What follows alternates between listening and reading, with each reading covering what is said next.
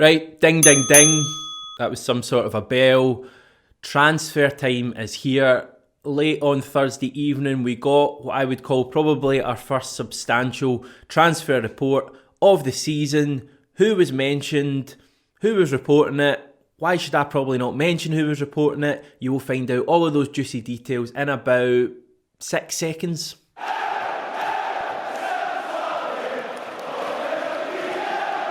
Right, I should say 6 seconds was an educated guess. I don't know the exact length of the intro, but anyway, we will move on.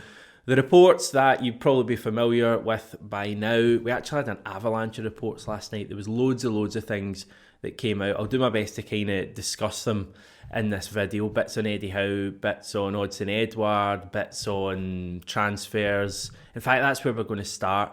The main report that came out that excited most people was that Celtic are seemingly interested in signing 2 pretty talented young Scottish players. One of them being Aaron Hickey, who is out playing in Serie A with Bologna. I say playing, he's not really played much in 2021.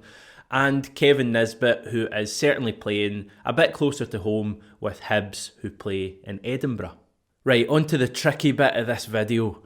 The reports were in the Scottish Sun, but before you bash away your keyboard or type away in your phone or send me abuse or report international war crimes at your nearest police station, I don't have a lot of love for the Sun and their reputation either, and I know that sometimes bringing them up in the video does cause a bit of animosity towards them and towards 67 Hail Hail.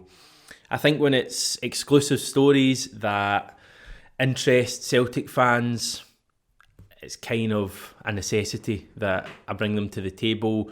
If they've reported it, I have to credit the Scottish Sun. I've come into contact with some of the guys who work at the Scottish Sun sports desk, and believe it or not, they're actually very nice people who are very good at their job. They get some things wrong, they get more stuff right, and I have no reason to doubt this report that's come out. I'm sure there will be interest from Celtic in both Hickey and Nisbet. Hopefully that's clarified the situation a little bit. Feel free to send any abuse to John, David or Ewan though. Okay, so quite an interesting bit early on in the article is that both Nisbet and Hickey have reportedly been offered/presented to Eddie Howe. Now, that's pretty interesting news. It tells me that Eddie Howe is indeed working away. He is effectively Celtic manager, even though he's not been confirmed yet. So anyway, Kevin Nisbet, we'll tackle him first. Rated at £3 million, Birmingham City had a bid of £3.1 million rejected for him in January, which led to Kevin Nisbet actually handing in a transfer request at Hibs. He's probably keen to move on to a bigger club, despite this being his first season at Easter Road. Celtic could certainly fit that bill. I don't know where his value sits at. If Birmingham had a £3.1 million bid rejected, that would suggest we would maybe have to go to £3.5 million, possibly more. How much would you pay for Kevin Nisbet? I've spoken on the channel in the past about my admiration for the player. I think he's a good player. I think he'll score goals. He scored 18 of them for Hibs this season in all competitions. I think that moving on Lee Griffiths and getting Kevin Nisbet in would be a great signal of intent from Celtic. Now, I know there's a lot of love for Lee Griffiths, and with good reason. He's scored a lot of goals for the club over the years. Even this season, he has come up with some big moments, although he's not scored nearly as many goals as Nisbet has over the last couple of seasons. I just think we can't afford to wait on Lee Griffiths anymore next season. I think we have a far more reliable option there that we could sign in Kevin Nisbet, a guy who is a good few years younger, has more years ahead of him, which is basically what being younger means, and has a greater track record of scoring goals this season. Now, I know people will say, oh, Lee Griffiths hasn't played much. There is a reason for that, and it's not just Odsonne Edouard. But anyway, this isn't a video on Lee Griffiths, even though I'm trying to turn it into one. Kevin Nisbet, I would sign him. Would I go much beyond 3.5 million? Is 3.5 million even a lot of money in the modern game? I'll just leave that question hanging there and you can let me know below. 3.5 million for Nisbet, possibly. 4 million is the price being talked about for Aaron Hickey, a Celtic fan, a guy that we were quite interested in signing when he was at Hearts. He's a former Celtic youth player as well. For some reason, we didn't sign him last summer and he went over to Italy to play for Bologna. Mid-table Serie A side, they've had a good season. Aaron Hickey actually started the season playing for them, but this side of Christmas, he hasn't featured very much at all. There have been reasons for that. He's had a number of injuries. The one game he played in 2021, since I think the 7th of January, he actually got a red card, so not great there. He then got COVID. Trust me, Aaron, I know what it feels like. I'm out of isolation later today, by the way. Not that any of you really care. And then he got a shoulder injury. I think he had surgery for it then, and he's not been seen basically since that red card, I think in February against Sassuolo. So Aaron Hickey has a lot of potential. That much is clear. He's a talent, and he wouldn't be a bad signing at all. My argument is he the best signing we could make in that position?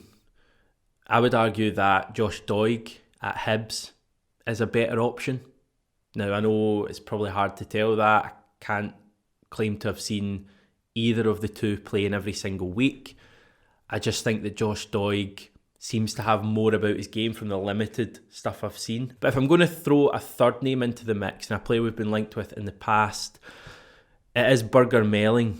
Now, he's got a funny name, but he's actually a very good footballer. He's a Norway international. He played for Rosenborg, scored against us in a Champions League qualifier at Celtic Park. We were interested in him about 2 seasons ago. I think £3 million was the fee that was mentioned. He went over to play for Nîmes in Ligue 1, has had a very good season. He's a regular for them, although they are very likely to be relegated over the next couple of weeks. Would he be available for about £4 million, even a wee bit more, £5 or £6 million? Would that represent better value for money than Doig or Hickey? Those are the two Scottish-based players that we've actually been linked with, Hickey and Nisbet. A third one I'd like to throw into the mix, and he's got 6 letters in his surname as well, I think, is McCann, Ali McCann from St Johnstone.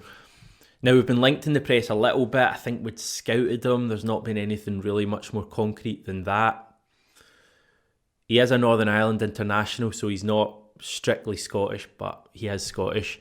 And as much as the smaller teams' fans in Scotland would be very much against the idea of Celtic signing one of the better players from a lesser side and putting him as a squad option at Celtic, I'm actually quite a fan of beefing up our squad with some of these best talents in Scottish football. It is a hallmark of Eddie Howe's time as a manager so far. He signs players from smaller clubs, lower divisions, and improves them. If you look at his transfer record at Bournemouth, the big kind of negative thing that's often chucked at Eddie Howe is that he wasn't able to sign big names well. He didn't really deal with signing players from big teams, and I think the few complaints I've seen from players have been from older players. Jermaine Defoe was quite vocal about Eddie Howe. Now, I'm inclined to believe Eddie Howe's side rather than Jermaine Defoe. But anyway, Sylvain Distin was another one who I think was quite vocal about Eddie Howe possibly not being able to deal with older players as much. Possibly because he can't quite put his imprint onto their careers because they already feel they've made it. So I think we'll see a lot more younger signings, and I think we'll see a lot of signings from smaller teams. I don't necessarily think that's a bad thing as long as Eddie Howe can coach them and can turn them into good Celtic players. We've had a lot of success over the years. The vast majority of our successful signings, Wanyama, Van Dijk, there have been others.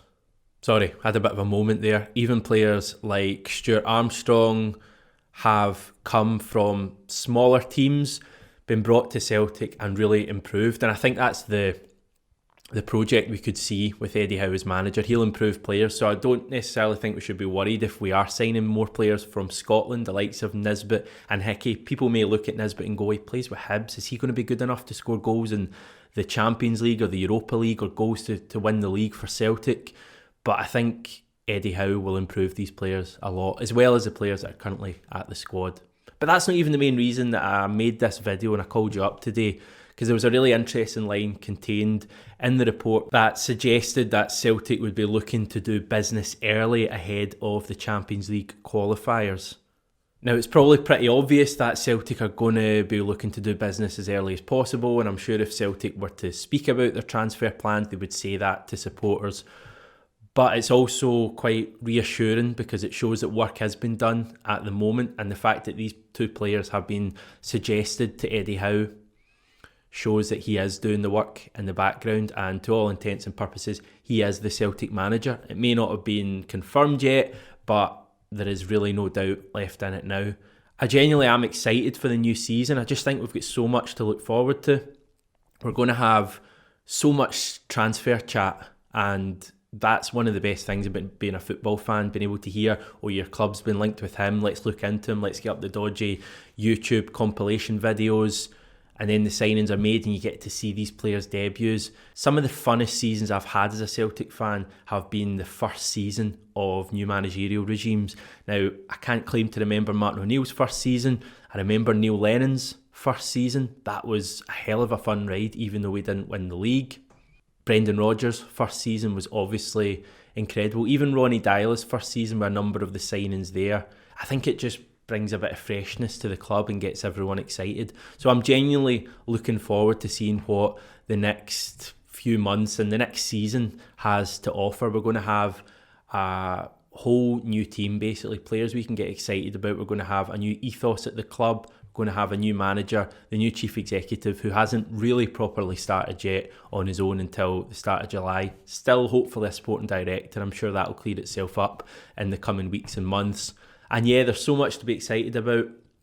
And if it starts with bringing in the likes of Kevin Nisbet and Aaron Hickey, I'm not against that at all. Right, guys, thanks for watching once again on today's video. We are back tomorrow. We'll have a 3-man panel once again. John and Ryan will be joining me to chat about the final game of the season, thank the Lord, away at Easter Road against Hibs. We'll get to see Kevin Nisbet probably scoring a hat-trick against possibly the worst defence in the league tomorrow. It should be a nice end to the season. I'm sure there'll be something to chat about. We've then got quite an interesting piece going out on Sunday, an interview I did earlier in the week with a former Celtic youth player who's making waves with millions of views on TikTok. We'll have so many other things coming in the weeks and the months ahead of the new season. If you're not yet subscribed to the channel, please take a wee minute out of your day and do it now. We are right on the verge of 13,000 and it would really mean the world to me if you would subscribe and just help us push beyond that barrier as soon as possible. Lots and lots to look forward to in the channel. Thanks once again for watching this video. Have a good weekend, everyone. We're back tomorrow.